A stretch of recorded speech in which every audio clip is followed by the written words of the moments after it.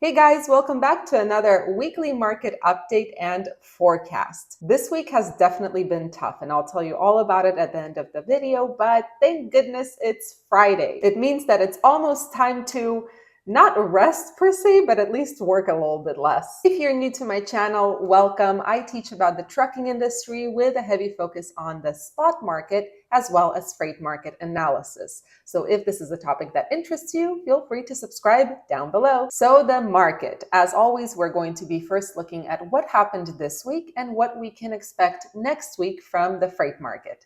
Ready? Let's go. As always, these charts will be linked down below for you to download because I do understand it's hard to see sometimes and there's a glare and all of that good stuff.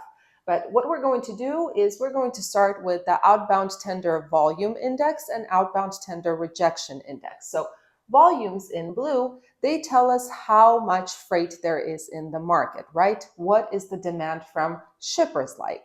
The tender rejection rate in white tells us how many loads contract carriers are rejecting, therefore sending them to the spot market, right? Tender rejections also give us an idea of which direction the spot market will move. If tender rejections are up, spot rates will also be moving up. And they also give us an idea of capacity in the market. The higher the tender rejection rate, the less capacity there is in the market. I know it was a lot, so let's go through this. What we can see is that around March 12th, March 12th right here, volumes dropped significantly and they actually pulled the tender rejection rates down with them. Now this is as of March 14th, the tender rejections were pretty low, and since then they have rebounded a little bit. Now, just as a reminder, I always keep talking about this date. It seems like, or it seemed to me like February 15th right here, this is where our bottom was in terms of tender rejections. Because ever since February 15th, tender rejections in white, they have been pretty erratic, but they have been moving in an upward trajectory. Now, after this drop with the volumes, I'm not 100% sure what is going on with the tender rejection rates. I'm really hopeful that they still keep moving up though. Currently, the tender rejections are at 3.54. This means that 3.54% of all contract loads end up on the spot market. That is a very small percentage. Remember, the spot market is kind of like backwash. We get the stuff that no one really wants. Just to give you an idea, the rejection rate last Friday when I did this type of video was 3.61%. So it did go down, but I do believe that this is partially because of the drop in volumes right here. Now, I thought it was important to show you this chart as well. Now, this is the same chart we just looked at, except over a 5-year period. And I added these bars right here. If you can't see it, don't worry, it is downloadable, so you'll be able to see it in the downloads. So the reason I did this is because I want us to look at patterns. Is it normal? This is us right here, right now. Is it normal for volumes in blue to drop in March? And actually it is normal. So what I did here, these bars show us from beginning to end of March over the last 5 years. So you can see every time, here it is in 2018, drop and a drop in tender rejections as well, the white line right here. Then we can see in 2019, drop in volume, drop in tender rejection. 2020 was a crazy time. There was a significant drop in volume right here and a drop in tender rejection. Even in the crazy times, right? 2021, there's a drop in volume and a drop in tender rejection. And in 2022, same thing. So is it normal for volumes to drop in March? Yeah, absolutely. And they do pull those tender rejection rates down as well. Now here's a more specific chart showing us how much tender rejections dropped or increased for each equipment type, right? For flatbed, reefer, dry van. So the dry van is in blue, the flatbed is this green line right here, and the white line is a reefer. And this is over the past week. So what we can see is that flatbeds, the tender rejections actually climbed by 7.1% since last week. For reefers, they dropped by 0.8%, and dry van tender rejections dropped 2.1% since last week. Now, the cool thing about this is This tells us what is going to happen next week, because tender rejections, they are measured electronically right away. What happened? As I was saying, they're measured electronically right away, but the rejected freight only ends up on the load board in about 3 to 5 days, right? So this shows us what's going to happen next week, what we can expect.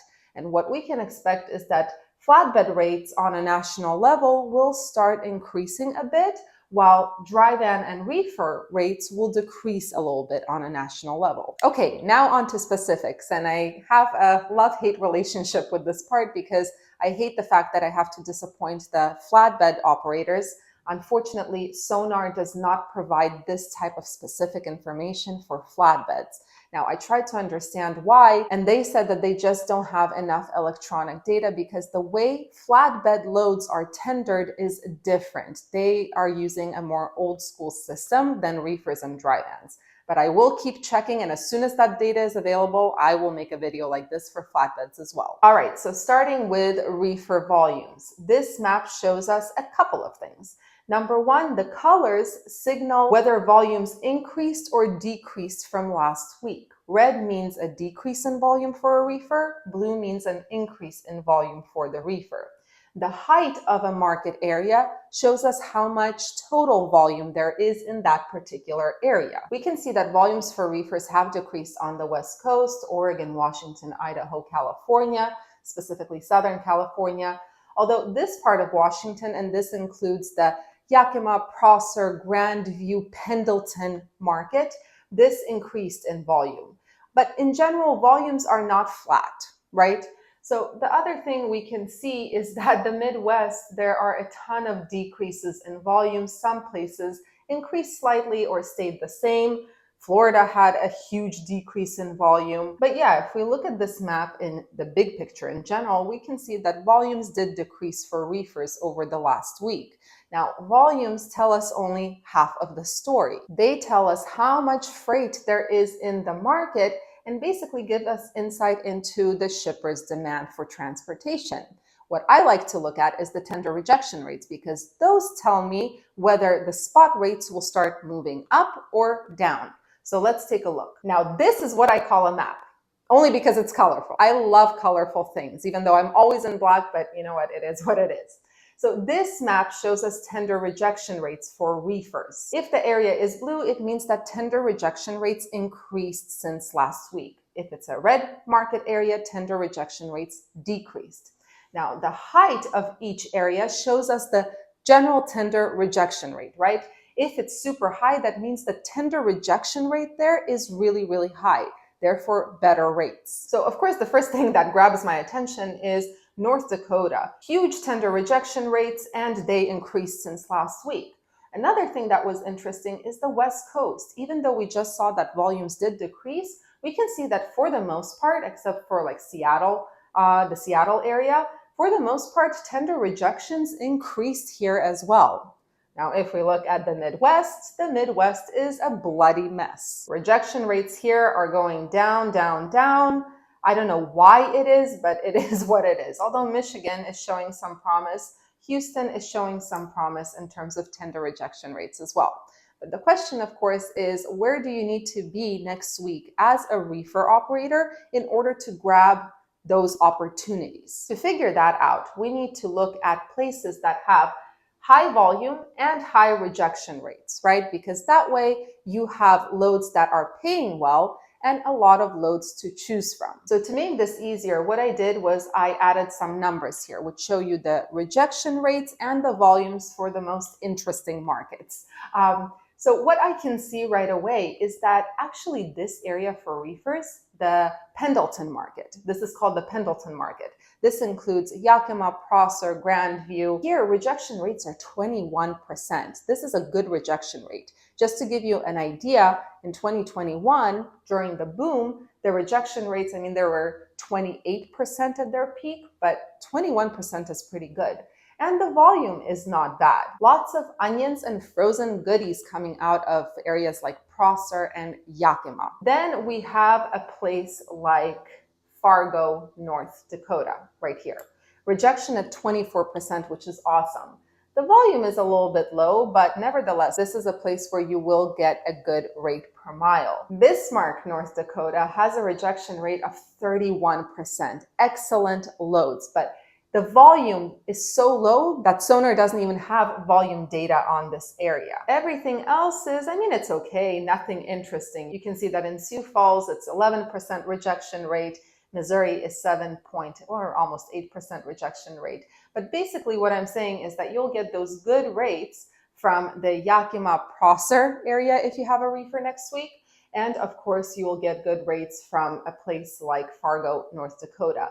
Now, Bismarck, it's a good area in terms of loads, but again, there's not enough volume there. Oh, I completely forgot about Idaho. Idaho is, it's okay. 10% rejection, nothing to be excited about. Now on to dry vans, and we're back to the volume map showing. Red shows us that there was a decrease in volume. Blue shows that there was an increase in volume. In general, I can see that it's pretty much red with some blue areas. And this tells me that volumes in general for dry vans have decreased since last week.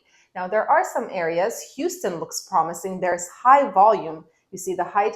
There's high volume in general, and it increased since last week, which is awesome. But other places like Colorado, Wyoming, Montana, yeah, they increased in volume, but they're flat, which means that last week there was 1 load to choose from in these areas, and this week there are 3 loads to choose from. But yeah, in general, it looks like shippers ran out of freight to send, or there are no orders for freight this week. So it's a pretty sad map. But again, volumes tell us half of the story. So what is going on with tender rejections for the dry van? Well, in general, there are an equal amount of red and blue markets, which means some places increased in tender rejections, some places had a decrease in tender rejections. Nebraska usually has a high tender rejection rate. You see the height. It has a higher tender rejection rate, but the western side of Nebraska dropped.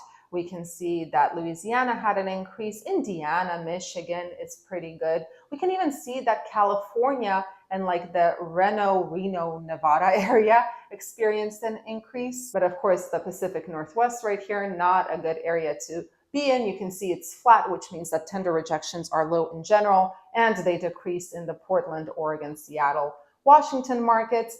Guess where my dry vans were at the end of this week? Right here. You know why? Because I'm a genius. But it's okay. I'll pull myself together next week. They are on their way to Nebraska and Iowa right now. Thank goodness. But now let's go ahead and take a look at where you need to be with a dry van if you want to make some money or grab some of those opportunities. And what we can see, again, I added some numbers here. So right away, what stands out to me is the Omaha, Nebraska area. 13.73% rejection. The volume is pretty good. Now, even though Rapid City, South Dakota right here, it's at 18% tender rejection rates, which is amazing, the volume makes me nervous. So Omaha, Nebraska looks like the best market right now. We can see that in Wisconsin, it's 11% rejection, also not a horrible market. We can see that right here in Louisville, Kentucky, it's actually really good.